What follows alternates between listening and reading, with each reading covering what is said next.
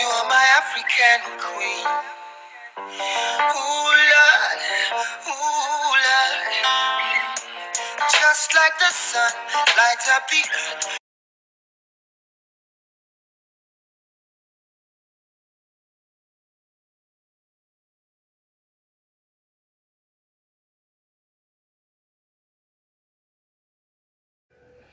Hi guys. Hi. Oh my goodness, I need to shut up. Hi guys. Sakafet. Sapase. Yo, I'm still alive, right? Your girl's still alive. I don't know if I'm feeling this angle. This is my 1 month. It's already been a month since my surgery, y'all. Like, I can't believe it happened and it ended and I'm here. It's crazy. A Brazilian butt lift, lipo, and a breast lift. So BBL is done by grafting, fat grafting. So you can get the fat from any part of your body you don't like, your arms, your thighs, your back, your stomach, any fat you don't want, and put it wherever you want to. Me, I decided to put in my booty. My fat go in my butt. But I didn't have that much fat, honestly, because I was not big. Like, I had to take epidemic to gain weight, and yeah, it didn't give me that much fat. But so yeah, you put the fat where you want it, and I put it in my booty, and yeah, so I lipo my stomach, my back, yeah, and then I had the breast lifting with implants. Actually, I think they're still too big. Like, I always had big boobs. They're like D, 36D. So when I went to her, I was like, small, breasts, small, but they're still big as fuck. Like, so I took a flight out to DR. My flight landed in DR about like 1-ish. So they had the driver pick us up at the airport, of course. So I got there, and then some dude was holding a sign with my name on it. So I was like, yeah, that's me. And he was like, oh, no. So then it was me and another girl. It was this country white girl. And her accent is so funny. She was so cool, but her accent is so funny and country. But she was chill as fuck. So it was just me and her. We just connected at the airport because it was two of us. It was supposed to be three, but I guess the other chick didn't show up or whatever. I don't know what happened with that, but whatever. So the two of us left. They took us to straight to the clinic, the hospital, where we had to get our blood work and everything done. And so first thing, they took me to the blood draw station. So then this lady came up to me. She was wearing those gloves. I saw her, she was walking around with them gloves on, and I'm like, okay, she's gonna change it by the time she gets to me. Like, duh, she has to change it. That lady was like not trying to change her gloves. So she came up to me. I was like, no. Like, that shit was looked like she went to Haiti and back with it, okay? That shit was looking dusty. It was like turning gray. It was dirty. There was like pen marks on it. Like, it was dirty. Like, it's been used. So then I'm like, I was like, Like, I was making gestures like, no, bitch, you gotta change your glove. Tell me why this lady got so mad and started speaking in her language. I bet she was cussing me out. Like, she was so aggravated that she had to change her gloves. It's like, what? Anyways, and she changed her gloves. And you know how in the US you have like little alcohol packet every time you get your blood drawn? You get little alcohol packet. Not over there. She had like a cup with some clear liquid in it. I guess it was alcohol. So then she dumped the cotton ball in there, and then and then cleaned my arm with that. But she was good. She only stuck me once. She got the vein. It was pretty easy. I was like, oh, it was really good. So then we did all the paperwork, and we had to do all the paperwork and then do x-rays and then do all that extra stuff. So that was done, and then we had to make a payment. Oh, my lash is going off. Jesus Christ. Anyways, so I made my payment, and then they took us to the recovery house. So we got to the recovery house.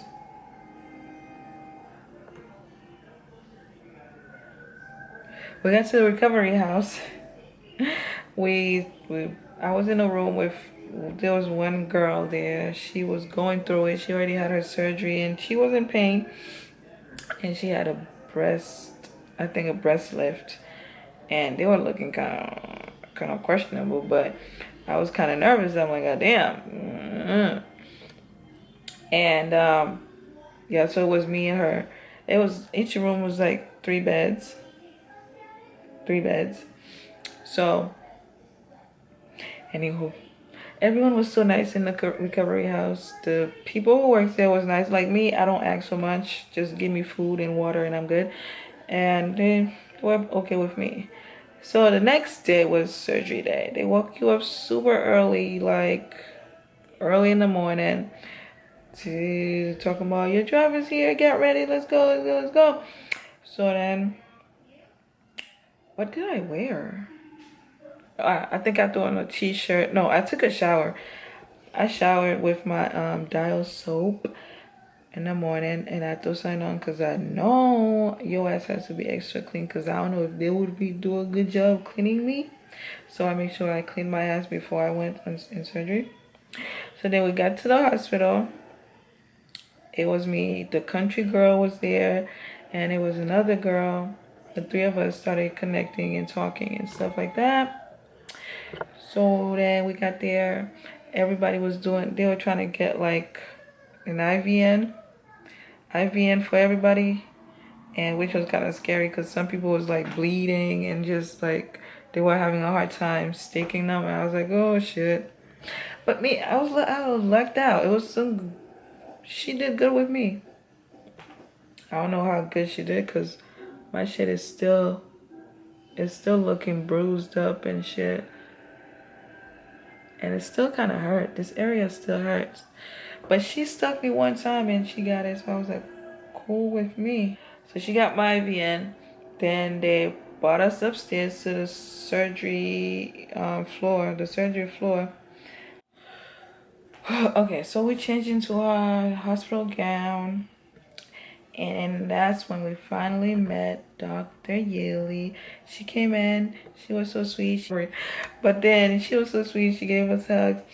And but that shit went by so quick. Like I had pictures I wanted to show her. I didn't even get to show her. Like you need to have your phone ready on the picture when she walk in. Like ready. Like cause she's like, she come out. She just remove your gown and she's like mark, mark, mark with her little pen. Like right to the point. Like boop, lift, stomach, in, this, out, like that. Like and she was gone. And then I'm like, shit, I didn't even fucking show her the picture I wanted. And so then after that, we got our little blue pill. And then I'm like, okay, I don't feel nothing. I feel fine. By the time I'm like on the bed, hospital bed, I'm chilling. Next thing I know, somebody's waking me up. I'm like it's so crazy how I don't remember shit. Nothing. So I remember a lady waking me up, I think. I got off the bed, left my bag, left my shoes, left whatever. I was walking barefoot. She was um she was taking me somewhere. So then the next thing I know, she took me into the operating room. Yeah. And then there's just a bed. It was a fairly empty room. There was just a bed in the middle of the room. Um I don't remember getting like the epidural. I don't remember getting nothing. You know how people be like, yeah, they told him to count from, but I don't remember any of that. I just remember she took me to the room. That's what I remember. So yeah, I don't remember getting on the bed. I don't remember doing anything.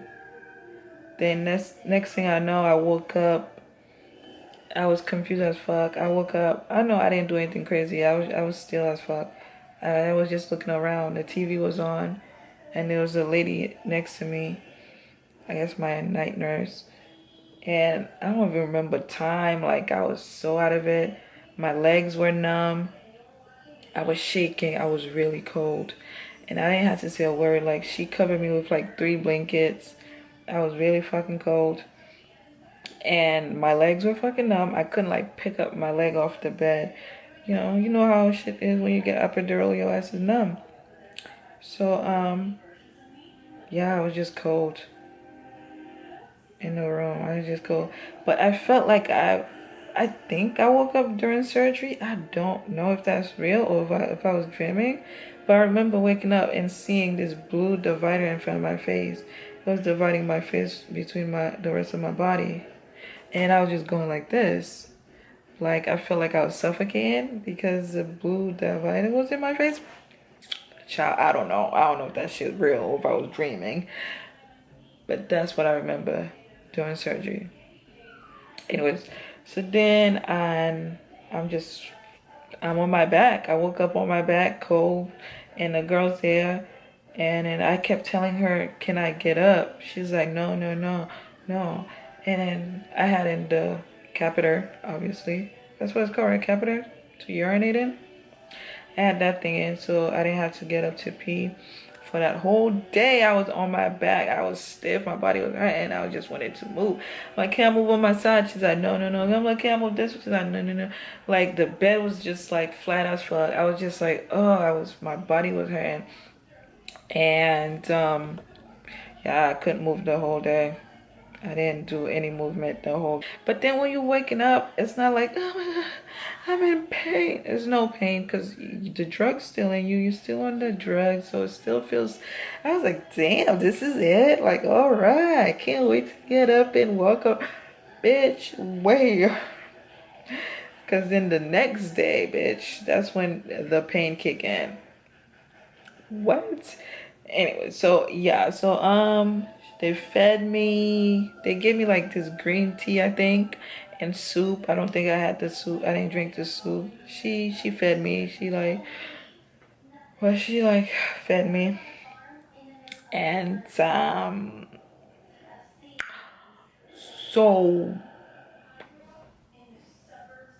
oh yeah, so I couldn't go home. I mean, I couldn't go to the recovery house right away like everyone else did because I needed a blood transfusion.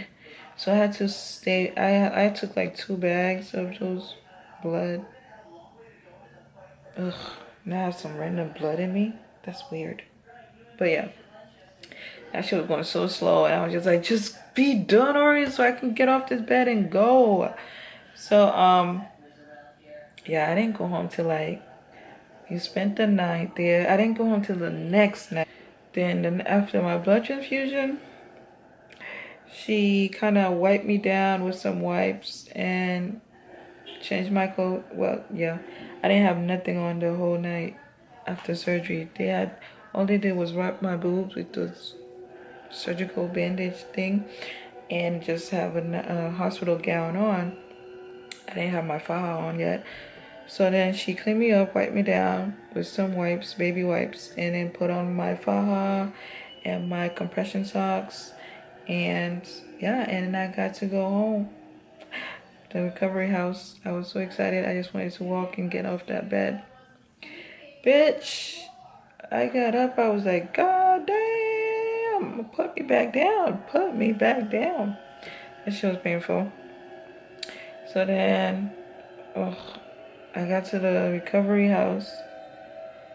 Bitch, don't talk to me, don't look at me. I was in bed. They'll bring the food up to me because I was not going down. What the hell's on my face? I was not going down for dinner or lunch or breakfast or anything. Like, they would bring the food up to me. They would help me out the bed. They would clean me for the next couple of days, and they were pretty good. A couple of girls that worked at the recovery house, they were pretty good. I don't mind. People were complaining. I have nothing to complain about. The girls were nice who were there. It was a bunch of girls. It was all different ages, old to young, 20 to 50. Everybody's getting BBL, and I'm like, God damn. $50 though. But yeah, everyone was so nice. Everyone was just like, "How are you feeling? How you doing? Hi, what you get done? What you get done?" It was nice. Everyone was cool. Everyone was cool. And the girls that works there, you know, they'll give you your medicine, your pills, tell you when to take your pills, and shower you and change your clothes and change your shirt. So I was fine with it. So then I didn't get my first massage till my after I went for my first checkup with Dr. Ely. And that's the second time I saw her when I had my first checkup. And then she just looked at me. She just squeezed. I'm like, "Oh, you crazy?" Like she would squeeze my stomach, my back. I was like, "Ugh." And she was like, "You're perfect. You're perfect. You're perfect." And that's all they did. They didn't do no blood work, no nothing. Like, I mean, not blood work, no like, no they don't take no temperature, no nothing. But whatever. So then after, which I think I had, that was like 3 days later after surgery. 3 days later. And that's when I got my first massage. Or was that 4 days later? I think I got my first massage. I was dreading it. I did not want it. Because I hated to touch my body. And I still do. It still feels weird. So I really didn't want anybody else touching me. But then she was like, "You gotta get your massage. You gotta get your massage." So I was like, "Fine." So I started my massages 4 days after surgery. Bitch. Some people are like, it's really good. You're gonna feel really good after. No, not for me. No, don't touch me. So then I went to this lady. Oh my goodness. That shit was painful. The whole time like stiff as fuck. No. No, no. Like the sides. Like my side, this is still really painful. Like they're still real painful. Like the most painful part areas was like under my armpits. Oh my god. Like I couldn't bring my arm up. I couldn't even do this. It was so painful and it was like swollen under there and I couldn't, oh my god. And then my sides were painful, my underarm was painful. Those were the most painful area. But then yeah, my third day was like my worst day. I think that's the one I recorded when I was walking around. Yeah, it was my worst day. I was in so much pain. I was in so much pain, yo. Like I was crying. I was crying. That was my first time crying since surgery. Like I was like, "Oh my god, what did I do? Why did I do this to myself?" Like it was pain. Cause I'm like laying in bed and just like I'm just like I just want to get up and go pee. Like that's all I want to do. And I know getting up and going back down is gonna be a bitch. So I just started crying like fuck. And yeah, that was my worst day. Then the fourth day I got my massage. It felt better. It felt better until I had to go to sleep. Oh my, going to sleep and waking up was the worst day. Like your body is so stiff and painful and just and the shit is, you have to keep getting up and pee because you have to drink a lot of water. She's like, drink lots of water, drink lots of water, eat lots of fruit. So I'm like, god damn. So I had to keep getting up and pee. That was bad. Because with me, since my arms were kind of off limits, since my boobs done, and everything's off limits, like shit, how do I get out of bed? It was just a lot of fucking pain. But still kind of painful. Like to this day, a month later, getting out of bed is still like ow, ow, ow. Not even. I'm not here to like. I'm not advocate for go get a Brazilian butt lift. Go and do it. That's not what I'm doing at all. I'm just sharing my experience with you people, with you guys, with you people, with you guys. I'm just showing my experience, showing you my experience. Like I've always wanted this. Like 8 years ago when I had my son, I was like, my stomach is not looking right. So I always hated my midsection. And I'm looking at my mother. She looked like she was 10 months pregnant, and I'm like, that's gonna be me. That's gonna be me. I do not want to look like that. So, but I'm not all saying go and get that shit. Like, it was something I just decided to do. And Plus, I make sure I was healthy to do it. I went to see my doctor before I went. I told her everything. I was honest with her. She did all the testing for me, and she talked to me and shit like that. Yeah, you gotta make sure you're good. You know, don't be lying just to get surgery. Like, would I do it again? I don't know. I had to get back to that question. I need more time, you know? But yeah, you guys. Bye. Bye. Bye. I don't know. I'm just rambling. I don't even know if I got all the points across because I just felt like I was going wait.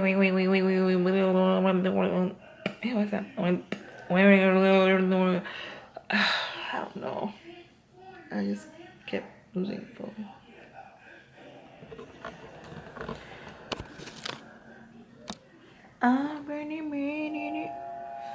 Like my camera make me look ugly, but in reality, I'm very pretty.